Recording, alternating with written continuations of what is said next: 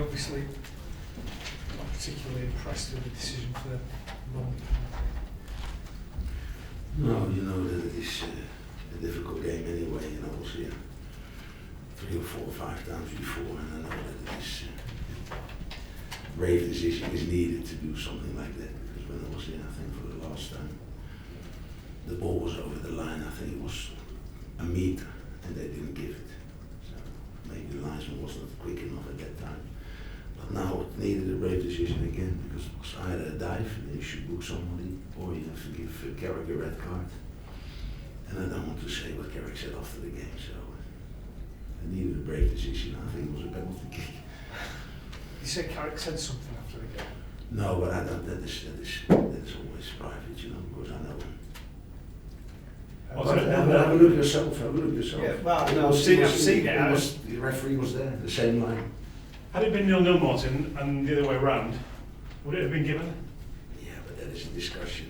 I'm here now for 7 or 8 years.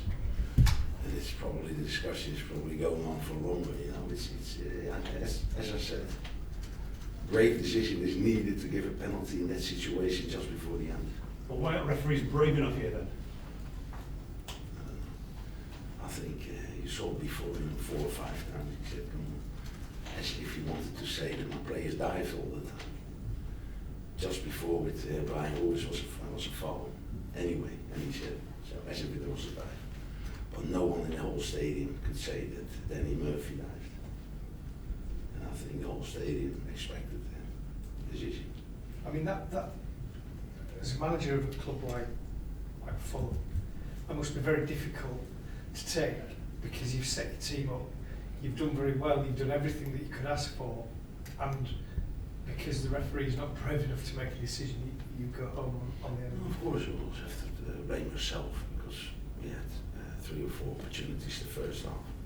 We could have been, we were a bit modest at occasions, but in the end I thought we did very well to start to our plan, and this was probably exactly what we needed and what we had in mind, you know, to come away here with a point. And I still feel that, of course, they had a couple of good chances as well, that we should have had a draw at the end. You must hate coming here. No, I had a few games here, 1-0 with Ronaldo with a free kick, and the 0-0 with Pedro Mendes when he scored a goal.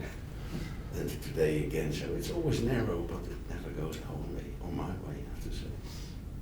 Is that sort of level that convinces you that perhaps Manchester United are going to win this time? No, nothing to do with it, because they could easily lose next week, and then Man City will probably win the title. So Man United is a great team, and Man City is very strong. So I wouldn't bet my money on both of them. You know, we'll see in the end. Martin, although it was a defeat tonight, the performance was good. How far do you feel you are along in the process of making this Fulham team your team?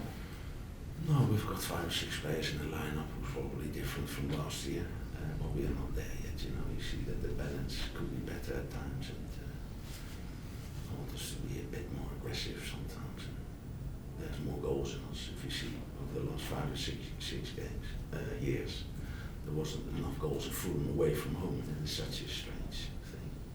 Do you think it's going to be key to the work that you're doing here, that you hang on to your players contract-wise and emphases?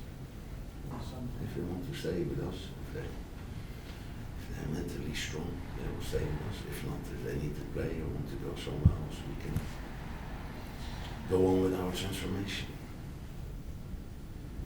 Okay, guys.